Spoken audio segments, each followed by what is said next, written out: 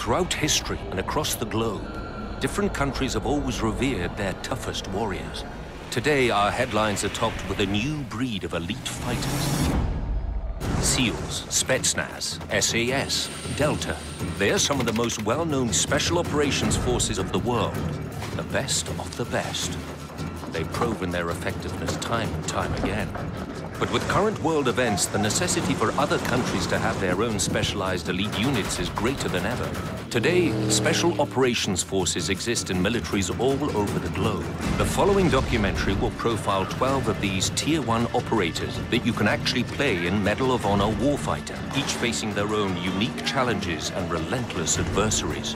Forces like the Norwegian FSK, rugged Arctic warriors tasked with protecting oil rigs from terrorist attacks. The famed British SAS, whom almost all other forces are modeled after. The Republic of Korea's UDT, trained by US Navy SEALs to protect their waters from the danger in the north. The well-respected Polish GROM, who've never lost one man in battle over hundreds of missions. US Delta Force and Navy SEALs, making history with recent wars in the Middle East. Russian Spetsnaz, masters of deception and bizarre training techniques. And the mysterious American OGA, providing crucial intel to operators in the field. Listen to the stories, see the high-tech weaponry, and witness the grueling training through the eyes of the actual international operators themselves. This is Global Warfighters. High-level targets, hostage rescue, counter-terrorism. There are certain types of operations that often fall outside the scope of conventional military forces. A Tier 1 operator is someone who is talented, who's focused, who is operationally mature, who's tactically patient. And when you put that person in a group of like-minded operators, they become a very effective fighting force and one hell of a deterrent for the bad guys of the world. Special forces play very, very important role in a whole political process in a world now. We need special forces operations today because they're cost effective. If you can use small numbers of men effectively to strategically affect the operations of a foreign power or a terrorist organization, then it's a very good way of a country using its limited resources. You truly have the best of the best. And what that allows a country to do is to have a so-called scalpel. You know, where your conventional forces serve more as a sledgehammer, you can go in and probe and basically set the stage for a conventional force to come in and change a war. In the wake of major terrorist attacks and wars supported by the international community, the need for countries to develop their own special operations forces has grown. But before global terrorism originally became a major issue in the 1970s, very few had ever heard of special operations forces. It wasn't until 1980, when hostages were taken at the Iranian embassy in London, that an unknown Tier 1 unit took the world stage. A group of Arabistani terrorists took over the Iranian embassy in London. They took 24 hostages.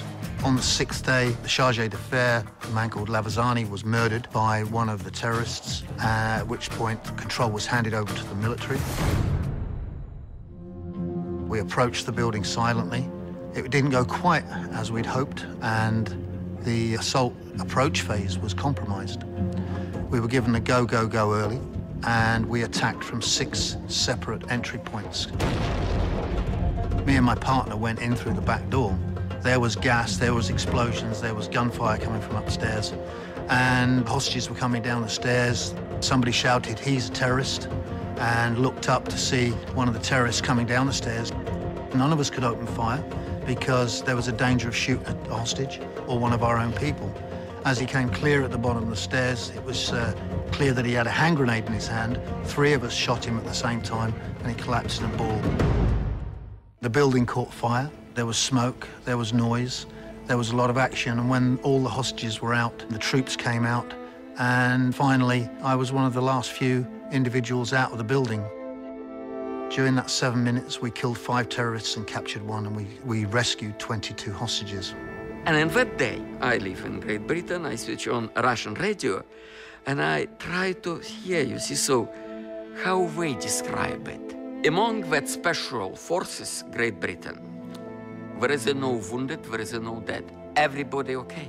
It was a top, most beautiful operation in the history of special forces of the world. The mission was played live on international television. It brought the Special Air Service into the public domain dramatically, and things were never going to be the same again after that. It kind of set the stage for other Spec Ops forces. It showed the world what they were capable of, and it set the standard. What the world had never known was that the Special Air Service, also known as the SAS, had already been around since World War II. British Special Air Service was formed in the early 1940s in North Africa, essentially by David Stirling. He said, look, I can take a small number of men, I can raid, I can attack, I can parachute in. He was supported by Jock Lewis, who was the man who actually made things happen. They were looking for adventurers, for men that didn't quite fit the picture, who didn't fit well into the normal disciplined military arrangement. Stirling, in short order in 1942, attacked 3 separate enemy airfields, destroyed over 60 aircraft with no losses to his raiding force. By the end of the Second World War, there were several thousand Special Air Service soldiers operating right across Europe and carrying out raids behind enemy lines. The SAS are made up of 4 Sabre squadrons: air, mountain, sea, and mobility. The squadrons are made up of patrols of 4 men, each specializing in either signals, demolition, medicine, or linguistics. After the Iranian embassy siege, the whole world went out and paid the British government to have the Special Air Service train their people to carry out the roles that they now perceived as being absolutely needed and essential.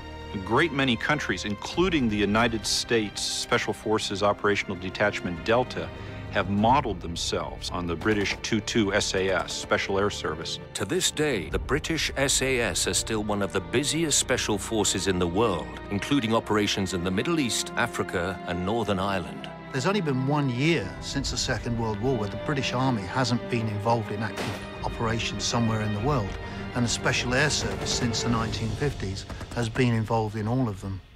Today, Special Operations Forces continue to help shape history around the world. As the British SAS made headlines before, the US Navy SEALs are currently the most talked about team around. SEALs stands for Sea, Air, and Land Teams. SEALs can be deployed anywhere, but like their name implies, they specialize in operating around water. SEAL Team 6 made world headlines when they took out the most wanted man in the Western world, Osama bin Laden. But just like the SAS, the SEALs have been around for quite a while. The Navy SEALs were born out of a speech JFK made in 1961. President Kennedy felt the need for a unit that could conduct unconventional warfare in a maritime environment. I am directing the Secretary of Defense to expand rapidly and substantially, in cooperation with our allies, the orientation of existing forces for the conduct of non-nuclear war, paramilitary operations, and sublimited or unconventional wars. The U.S. Navy SEALs' first success was in the Vietnam War as an unconventional warfare unit that wreaked havoc on the Viet Cong. They were known as the men with green faces because of the camouflage paint they used. What makes the United States Navy SEALs unique is how cold, dark, deep, salt water sorts men out. And this is what makes their selection process so rigorous, so demanding, and produces so few graduates. Not only do SEALs participate in standard special operations training, but they also have to learn to do it in, around, and over water. It's amazing just how comfortable these men can be in water, even in the most extreme situations. Some of the toughest training I've had to go through as a Navy SEAL, of course, is the initial BUDS, Basic Underwater Demolition SEAL training. That's roughly 6 months long. And probably the most famous week in there is called Hell Week, where we stay up for roughly 5 days straight. The SEALs' affinity to water raised a few eyebrows when they were deployed to a war in the desert. When SEALs first showed up at the beginning of the war in Afghanistan, we brought our high-speed assault craft, these boats. And some of the other forces looked at us like, why do you have boats in Afghanistan? Of course, we did have a reason. You know, we were counting on some follow-on missions maybe in the Horn of Africa. But we were relatively unproven on land, at least on a world stage. And we have certainly changed that over the last 11 or 12 years.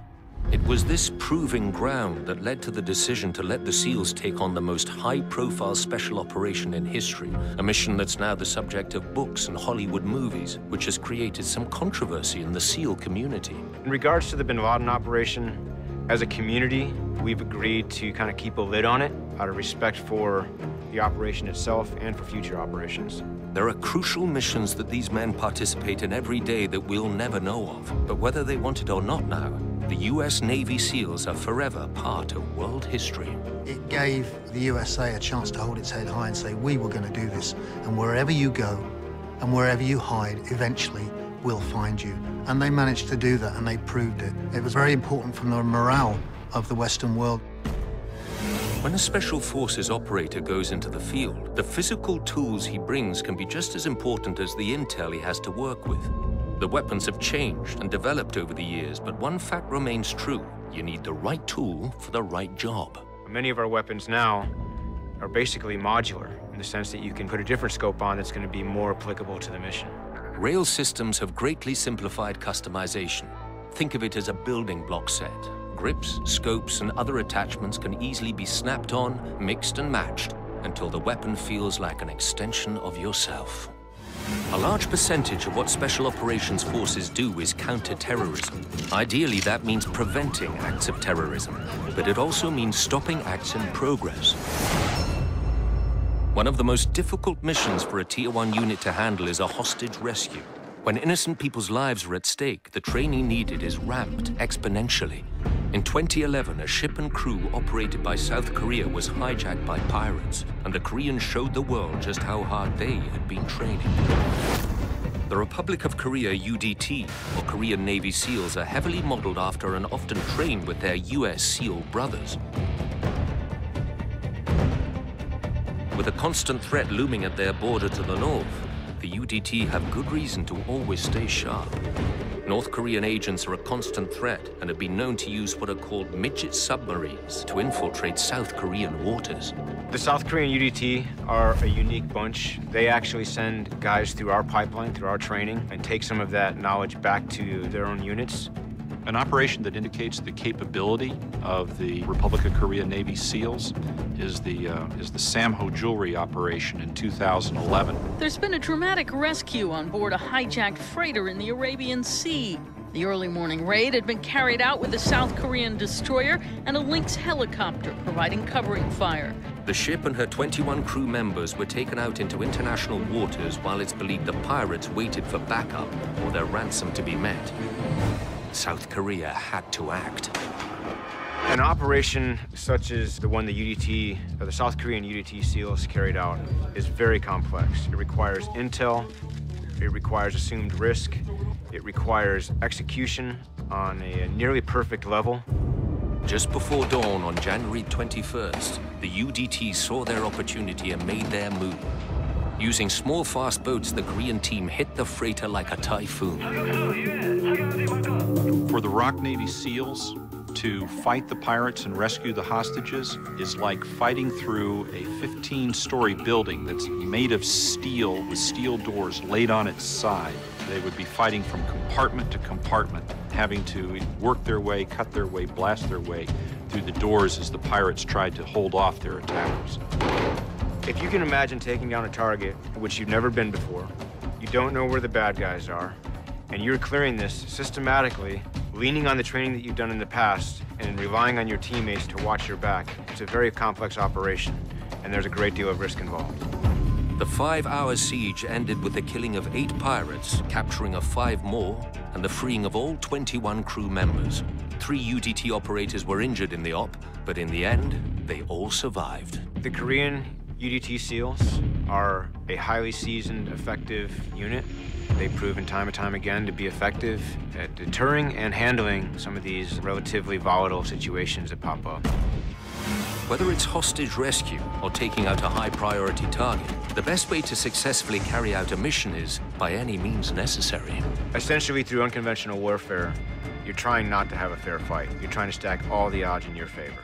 One tool that Special Operations Forces commonly use to make this happen is the standard issue flashbang. This non-lethal grenade, sometimes known as a stun grenade, emits a deafening sound and blinding flash of light when detonated. The temporary effects can even go so far as to disturb the fluid of the inner ear, causing loss of balance.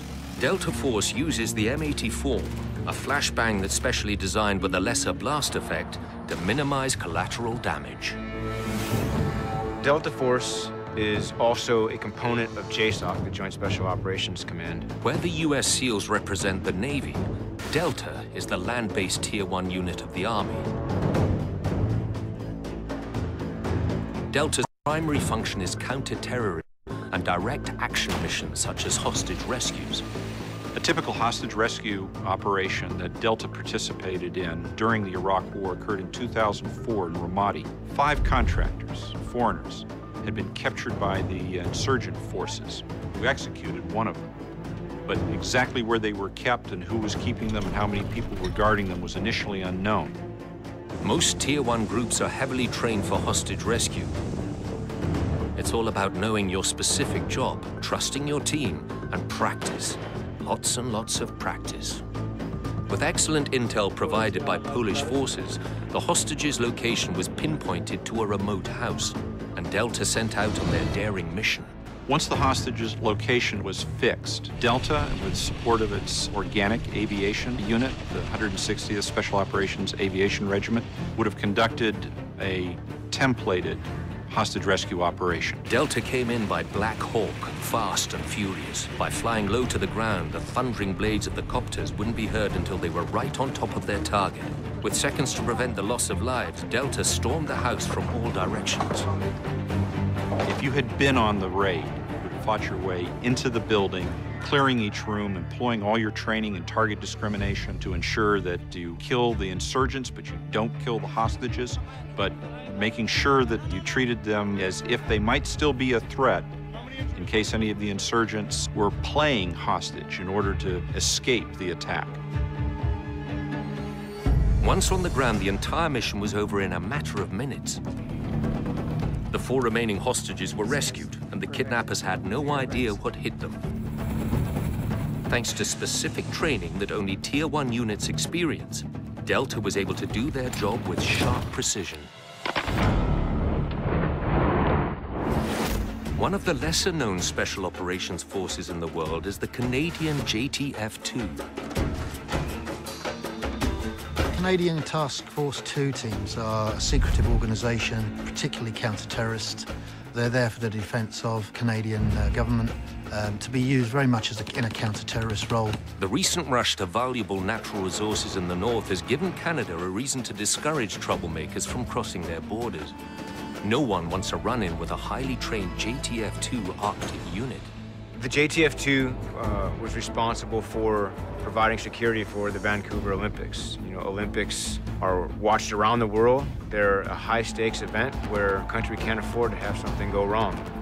The terrorist activity in the 1972 Munich Games set the stage for Tier 1 Spec Ops forces to be a part of future Olympic events. Canada has gone to great lengths to keep the JTF-2 out of the public eye. Secrecy is extremely important to all special operations forces and a reason for some operators to remain anonymous.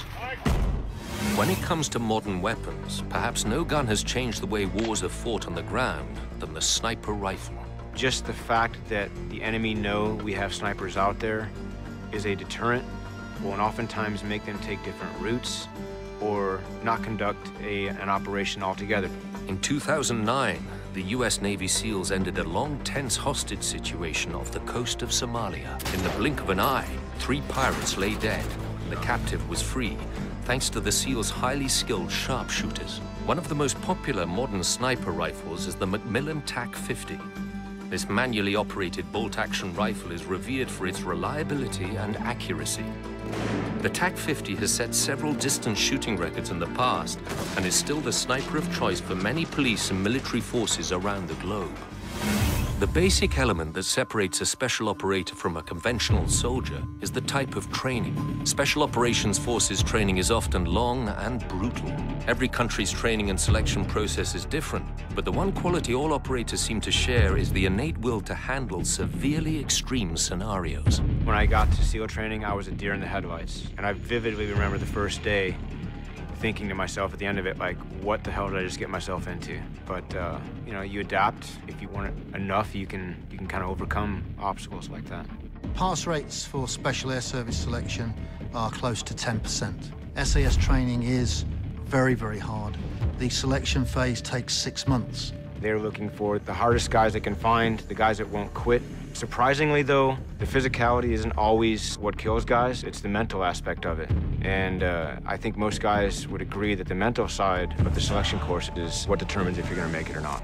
There is one particular form of merciless training that all operatives dread. It has many names. Some call it resistance to interrogation, or RTI. Every Spec Ops soldier has training for if they're captured.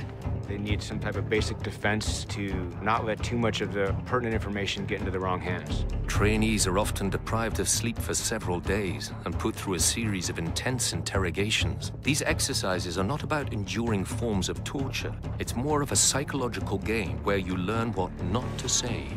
While the exact details of what goes on during RTI are not discussed, it sounds extremely unpleasant. The graduates discover that the expert interrogators that are training them know how to reach down into the very core of their being and find their deepest personal weaknesses.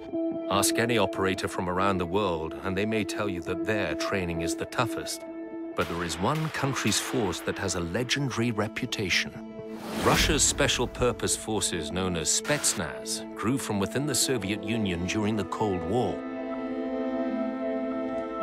Historically, the Spetsnaz fell under Russian military intelligence, but today the term Spetsnaz is largely an umbrella term for any Russian special purpose military. Spetsnaz have been known to specialize in working behind enemy lines, often embedding themselves in civilian populations in order to commit sabotage or just general chaos. I met one guy, one of the mujahid, people who fighting against the Russian army, and I say about Spetsnaz, what do you think from your point of view? And he say, look, Russian soldiers, they're not very good. One airborne troop better than 10 ordinary soldiers. But one Spetsnaz is much better than 10 airborne troop.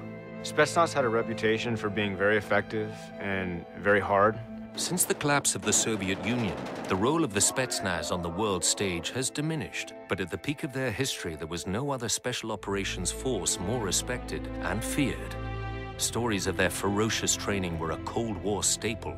But they were not just stories. Spetsnaz candidates were forced to confront their worst fears, no matter how dark. If candidates had claustrophobia, for example, there is a new recruit, and immediately there is a psychologist who somehow, very easy, he can find your phobia. Imagine most terrible situation what can happen with you. They put the people in a coffin, put in a grave, and close the grave. You're inside of coffin, you see, so you don't know, for 10 minutes you're in a coffin, for 5 minutes. And if you had a fear of blood, there is a slaughterhouse next door, you see, so why not to make one bath of blood? Why not to jump into that blood? It is such a nice thing. Come on, boys. Such training creates an elite brand of warrior, fearing nothing, not even death. There is a Mother Russia, and you died because you protect your father, your mother. You died, and they always glorifying. It was no such a unit as a kamikaze unit, but glorification of suicidal act always in our history was so important. Once training is complete, Spetsnaz was sometimes asked to prove themselves in unimaginable ways. Prospective recruits were dressed in local prison uniforms. Their task was to cross the city of Moscow in 24 hours. Meanwhile, a police report had been made about escaped convicts. It is a real order. And we don't know what can happen, because policemen can shoot you. So 24 hours to cross Moscow from A to B, it is quite tough.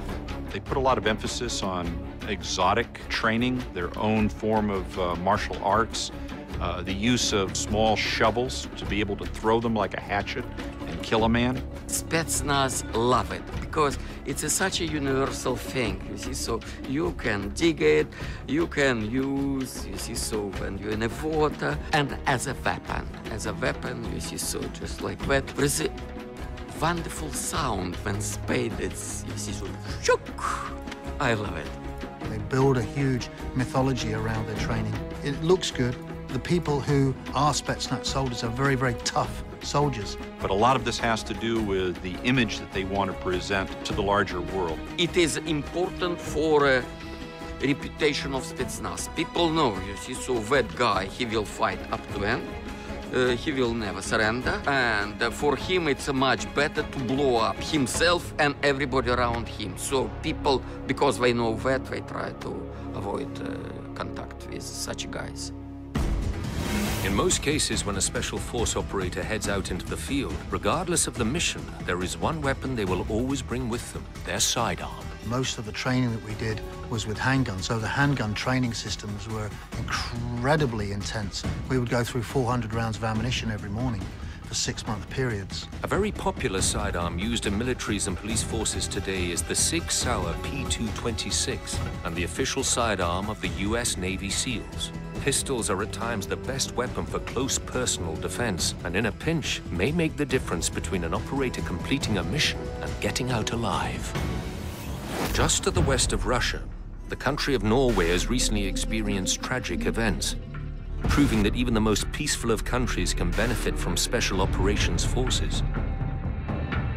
The Norwegian Warfighters Spesialkommando is unique because it draws on both the American Navy SEALs traditions and the British Special Boat Service and Special Air Service. The FSK have been involved in the conflicts in Kosovo and more recently in Afghanistan.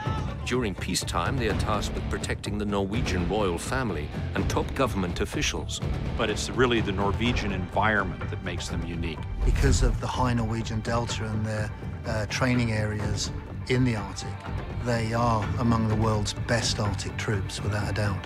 Other than Arctic combat, the FSK are trained for a very specific purpose. A primary mission of the Norwegians is to protect the oil rigs, and they're of strategic importance. If you take away oil, you're essentially taking away gasoline. The oil platforms can be very vulnerable to terrorist attack. The training that the Norwegian Naval and Coastal Ranger Special Forces go through is an environment in the North Sea and the Arctic Sea, where if a man goes into the water unprotected, he will die in less than 3 minutes from hypothermia. But this is their normal operating environment. The Australian Special Air Service Regiment, or SASR, is another special operations force whose abilities are shaped by their terrain.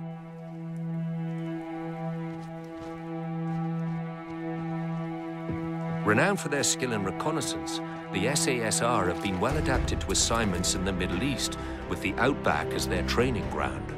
They have a very hard training system, a very hard selection system. They were involved in Afghanistan to a limited degree in association with other special forces and in Iraq. Reconnaissance was their main role, going in, finding camps and bringing in the main infantry to actually attack the targets that they discovered and found. Their training in the harsh desert and gathering intel made them very popular with other countries fighting in the Middle East. As you will see, working with other nations is a large part of being a special operations force. With so many of today's missions taking place in urban environments, weapons designed for close quarters combat are key. Whether it's a raid on a building or a shipping vessel, operators want a gun that's maneuverable, something that can quickly take down the enemy in front of them, but not the innocent people in the next room. The Daniel Defense Mk-18 is a lightweight, short-barreled rifle. The Mk-18 sacrifices power and range for lightning-fast targeting up close. This style of weapon is extremely popular with special operations forces. While wars and terrorist attacks may single out certain countries, their effects go beyond borders, threatening entire cultures and economies. The need for different countries' militaries to work together is greater than ever. The recent wars in Iraq and Afghanistan were a chance for the coalitions involved to prove themselves and their special operations forces. The remarkably high levels of cooperation between special operation units in Iraq and Afghanistan have been achieved through the innate professionalism of these units and the understanding of the need for cooperation to fight the kind of enemies that we're up against. Dealing with so many cultures and languages, especially in a hostile environment, can be frustrating, but sometimes there are those who transcend those barriers. One team in particular is extremely popular among many of their fellow Tier 1 peers, the Polish Grom. The Grom are extremely active on the world stage. They never back down from a challenge and are famous for their determined spirit. For me, war and terrorism is like a disease, like a plague, and the Grom is a medicine curing them. The Tier 1 Polish counter-terrorist unit, Grom, comes from a Polish word, Grom meaning thunderbolt, but the acronym is Operational Mobile Reaction Group. The Grom was created in 1990, and since then, I think it has become an honorable force in the Polish military system. Polish Grom has a very wide range of experience now. They have participated in operations in support of United Nations requirements, such as Haiti. In 1994, they helped operate against armed criminal elements in the country, and again, with high regard. In over 2 decades, the Grom claim to have never lost one of their own during an operation. Yes, this is true. The Grom have never lost any of the soldiers during the war. Unfortunately, I have lost friends during a training accident back in Poland, but never during an operation. Not only are the Grom efficient, but they're also an inspiration to many others. Many people in the world think the real achievement is to kill someone. We think that a bigger achievement is to give somebody a life.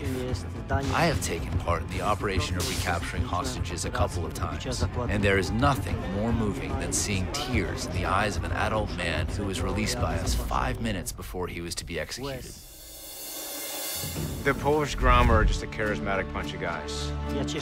I am happy to hear that everyone around from special units like the Grom. Why is this? Maybe because we feel like nothing is impossible. We're also a team of friends, and people are just happier in a friendly environment. The Grom are known for their hard work and their hard play. It's been said that you don't want to try and bring these guys under the table. The Polish Grom like to think that they can outdrink everyone else, and there may be some truth to that. Is there anyone here who, after having done a hard and exhausting job, would not be willing to have a good time and have a drink? The relationships built in training and operations are important for the future, but they can also help heal the past. In 1939, Germany started World War II when they invaded Poland. Today, the countries often work together. The German Spec Ops team, the KSK, are very good operators and have excellent training. I value their famous German precision. Created in 1997, the German Kommando Spezialkräfte, or the KSK, are the newest special operations forces to join the global stage. We remember that our history between Poland and Germany was really complicated, but today we stand together with our former enemy, and together we create a better future. We create something which may help our countries, Europe, and the entire world. Special operations make for many unexpected relationships. In the 1990s, European alliances were put to the test during the conflict in Kosovo. The Swedish Special Operations Forces, currently called the SOG, took a leading role in the area. The SOG are a highly secretive team, but have been involved in almost every major joint operation since its creation in 1994. The horrible atrocities occurring in Kosovo at the time had driven many Muslim migrants into Sweden. The situation in Kosovo, in Bosnia, Serbia in the mid to late 90s was pretty grim. I mean, we had ethnic cleansing in what was otherwise a Western nation, and Spec Ops forces, specifically Tier 1 forces, were tasked with hunting down these war criminals. The SOGs played a big part in stabilizing the region, and the two countries share a close relationship to this day. There is no relationship more mysterious than those involved in the United States force known as the OGA. OGA is an acronym for Other Government Agency, which is basically a catch-all for lesser-known agencies that provide us with a lot of intelligence. You know, it's a team effort at the Tier 1 level. It could be anything from the Federal Bureau of Investigation to the Department of Treasury to the Central Intelligence Agency to the National Security Agency.